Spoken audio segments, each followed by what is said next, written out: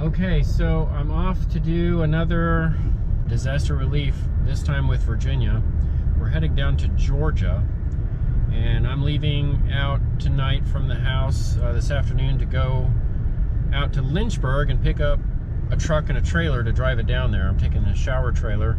We're gonna carpool with another guy, or caravan, I mean.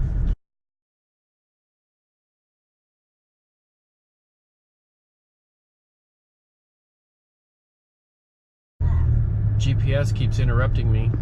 So we're gonna be heading out and looking for an exciting week of helping people out. I'm gonna be on the feeding team, so I'm gonna be helping to actually feed the chainsaw crews that are going out there with us. Hopefully we can help some people out. Hopefully some people will come to know Jesus, or at least see his love through what we're doing. All right, so I'm picking up the first guy here, and we're gonna get rolling. We're running a little bit late, a little bit behind schedule, but that's how it is with these things all the time. You know, it's not always the schedule that we think it should be. And of course with me, I think I should be moving a lot faster.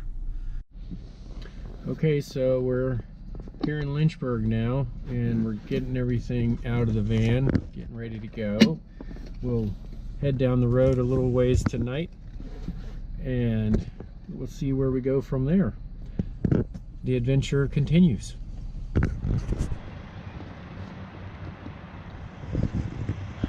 Okay, good morning. Here we are on the second day of the journey. This would be Tuesday. We're hoping to make it down to Georgia by the end of today.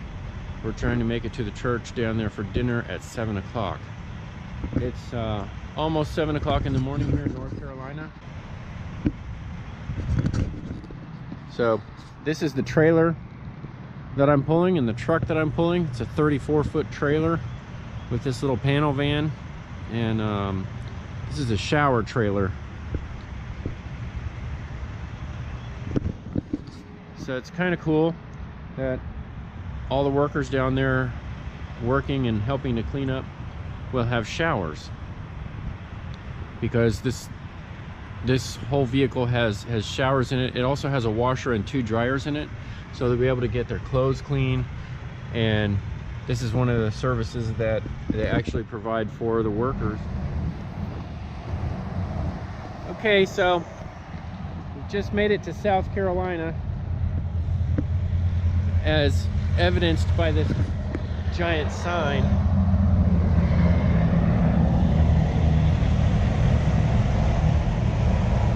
It's funny how people want to put their name on it anyway, even if they can't ride on it. So we're here at South Carolina. We've just made South Carolina pass over the border.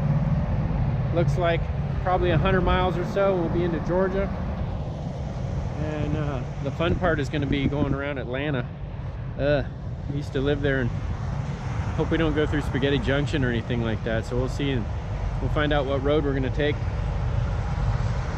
But we've got great weather. The truck seems to be working fine. The trailer seems to be working fine. It likes to move around a lot when semis come by, but other than that, loads of fun. Just met up with another couple who's going down to the same place we are. They're in their car, so I don't know if they're going to stick with our caravan or if they're going to blast on, because obviously they can go faster than we can. Anyway, so we're off. The adventure continues. This is William Carey. We met him. He's a pastor here in Greenville. And so we were sitting at the McDonald's eating lunch, and this guy started talking to us about Jesus, so we told him to shut up and leave us alone. So he prayed for us, and now we're going to head out again and hope to have some good travels. And we appreciate seeing you. Thank you very much for praying for us. Well, you've been a blessing to me this morning. So, I promise you. Remember, and so if you go to his church, remember, if you volunteer, you get off an hour early. If you don't volunteer, you have to stay an hour late. Listen to the unedited version of the sermon he's been working on. I have to listen to it twice. Take care. Take care.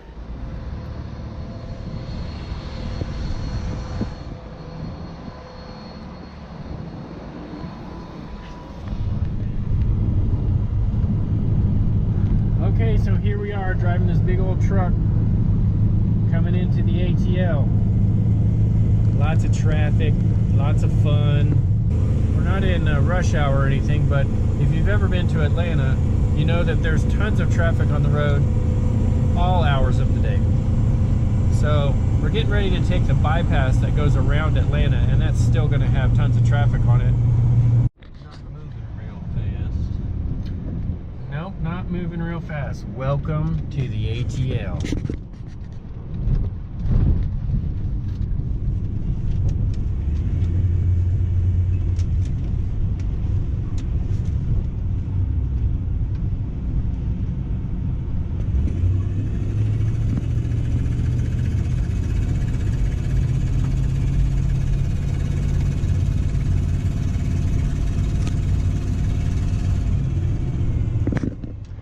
There are certain things about certain cities that I've lived in the past that I just don't miss. This is one of them.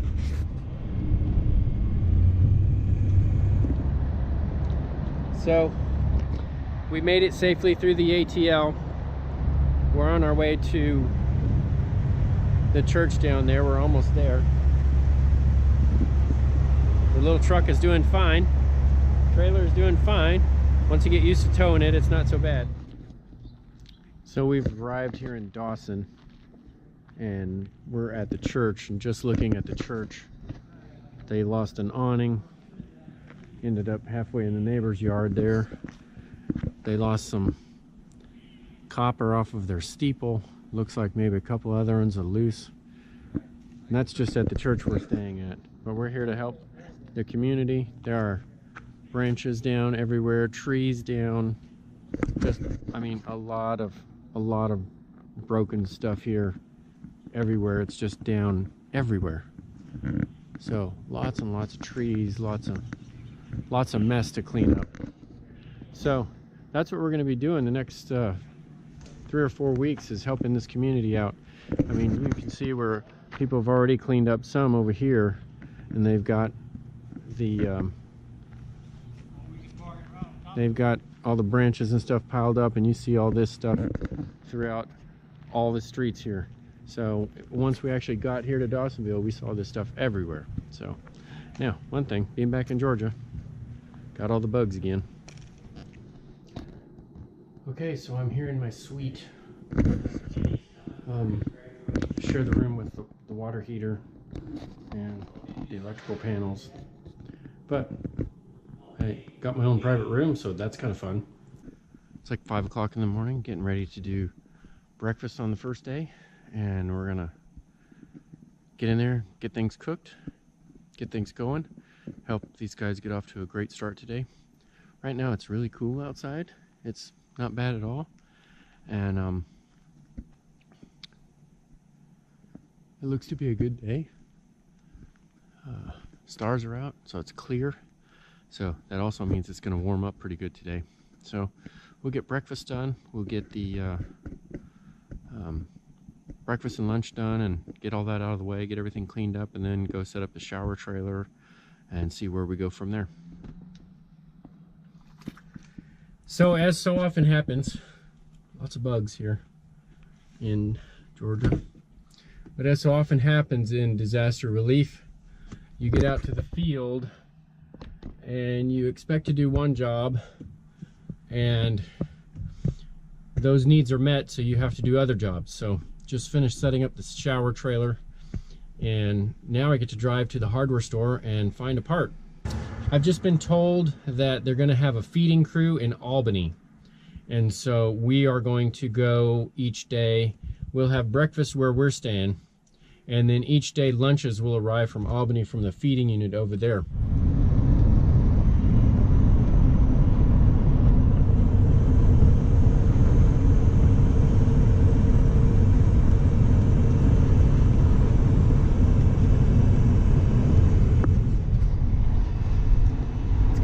Like all over the place down here. There are trees laying on trains and on houses and in yards, and most of them they've gotten cleared off the roads, but there are still power lines down. It's been almost 2 weeks, no, over a week though, since the hurricanes come through. The power crews are still out here working, but I just drove through town a little bit, and there are power lines down into town still. So this has been a huge impact on these folks down here. There are trees down everywhere. We got people coming in, putting in requests, and they are distraught. And a lot of them don't know what they're going to do. They just need the hope of Jesus, really. We live on a broken planet. It comes with storms, it comes with damaging things, it comes with hard times. It's just the way it is, and it's all, you know, if we listen to some of our sermons and going back to some of our Sunday school lessons, it's all because of sin. If it wasn't for sin, none of this would happen. So the whole question about why did God let this happen?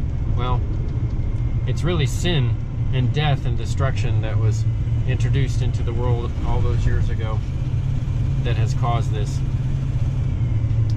So we're just here to help do what we can, help clean up what we can, maybe help mend a few broken hearts. I don't know. All right, so this is how exciting things can be sometimes when you're on a deployment. I had to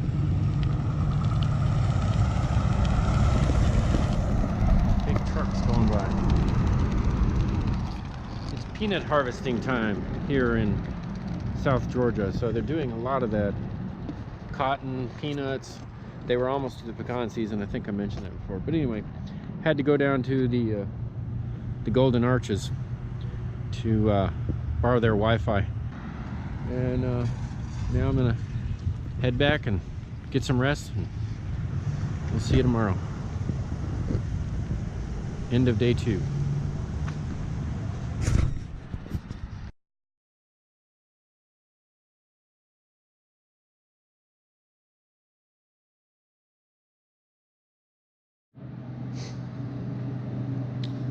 Well, good morning of day 3, I think it is. This morning it's pancakes and sausage. Got some scrambled eggs along with that. The big boss came by yesterday and brought a lot of extra food that we can have to kind of spice things up a little bit, other than a couple of pieces of bread on a sandwich. Another exciting day coming up. Yeah, here we go. So I'm gonna get washed up and start working on breakfast. I got to figure out how to make coffee, because I'm not a coffee drinker, so now I need to figure out where the coffee is and how much to put in there and all that fun stuff. My partner just showed up. This is Ruby, and we're ready to bust out another day. So yeah, getting ready bright and early on, it is day 3. Yeah, it's day 3 because we did travel there, so. Yep. Yeah. Ready to go. I hope you know how to make coffee. I do. Okay, good. So Hey. she knows how to make coffee. I don't have to worry about it. So I'm out with Mark and Kim, the directors of the Virginia chapter, and we're coming out to the job site to look around, and they're still seeing power lines that are down. I mean, trees that are down. These are big, tall pine trees, and when they fall, they take out a lot of stuff. Huge trees down everywhere. I mean, just everywhere. This hurricane really did a lot of damage. Look at these. Look at how these trees are here, all torn up. And it's not that they just fell down. Look at how they're just twisted and splintered, and it was just twisted and torn around. Just the power of the wind. Amazing.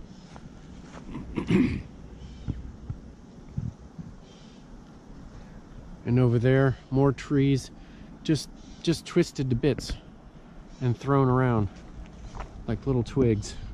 It's just a ton of work. And so obviously, if anybody can volunteer and come out and do this stuff, please volunteer, sign up, come on out and lend a hand. You don't have to be qualified to run a chainsaw. You don't have to qualify to run equipment or anything like that. We need people just to haul debris away and things like that. So just come on out and help if you can. Yeah, so sometimes the equipment likes to cooperate and sometimes it doesn't. And today's one of the days where it's thinking it's not one to cooperate. So it just had a bad day yesterday. Today's an off day. It's all good. We're gonna have to invite the Almighty to help out with chainsaws. Amen. So This is what happens to trees when hurricanes come through. Just uproots them, pulls them out. It's funny, the taproot that used to be down there snapped it right off, if it's even there still. These trees, they seem to be so shallow.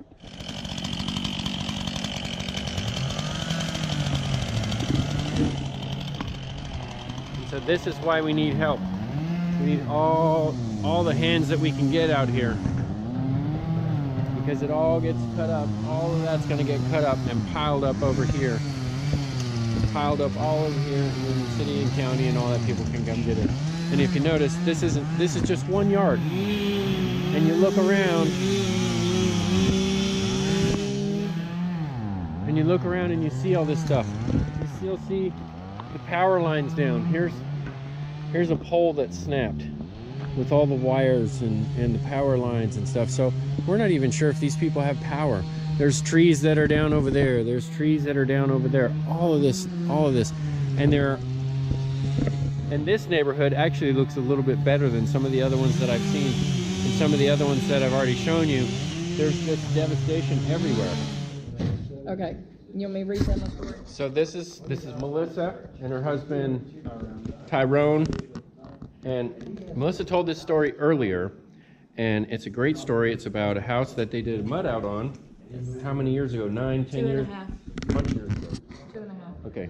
2.5. It's her story. I'll let her tell it. But she did a mud out and then got to go back to the same house later on after they got it fixed and rebuilt. So I'll let you tell the story. Well, I actually only told you half the story the first time around. Oh, well then I want So the you whole can story. hear the whole Tell story. it all. Okay, I went to Louisiana, to Hammond, for a mud out, and we kept going to this house, and the homeowner that knew we were coming was not there, and she would keep saying, I'm gonna be here, and we'd get there, and she wasn't there, and we spent like 3 hours in the front yard calling and waiting and trying to find her. Well, the third day in a row that she did it, we called and asked, what do you want us to do? And they said, we have a house that just needs spraying. Have you ever been in a mud out with a house that just needed to be sprayed? Guess what? Neither did we. So we were supposed to go to this lady's house at 4 o'clock in the afternoon to spray it. She was going to Disney World that night. She had just lost her sister a couple months before. A year before that, she had lost her dad, or her husband, the daughter's dad. And they had postponed this trip to Disney World for the foster kids twice. So this time they said, no matter what, we're going. But they really had to get the house finished before they went to Disney World. So we went in and we were going to spray and go right back to this other house and get it going. When we got in there, realized there was a lot more to do. We still had some stuff to pull out. Kitchen cabinets had not been pulled out. We managed to pull all the screws in the kitchen cabinets and clean it out and pressure wash it. After we got it sprayed,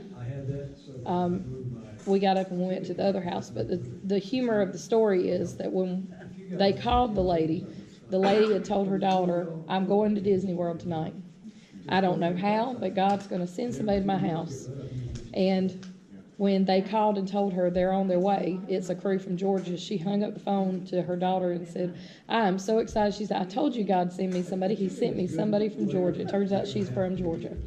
So we get there, and I travel with North Georgia people, and everybody's telling where they live, and she tells everybody she's from Blakely, Georgia. And I said, oh, I got a sister-in-law that works in Blakely, Georgia. I'm 20 miles up the road. So now she's very excited. We not only got Georgia people coming to help, we got people from her neighborhood coming to help.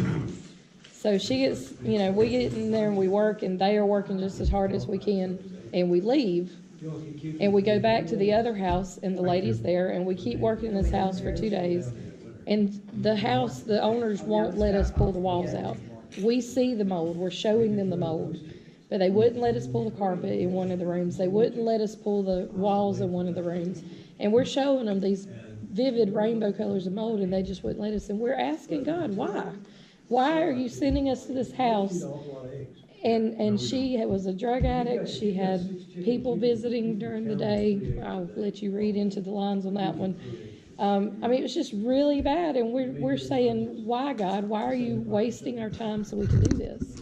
And at the end of the week, when we were all packed up and ready to leave, the chaplains went back over to her house.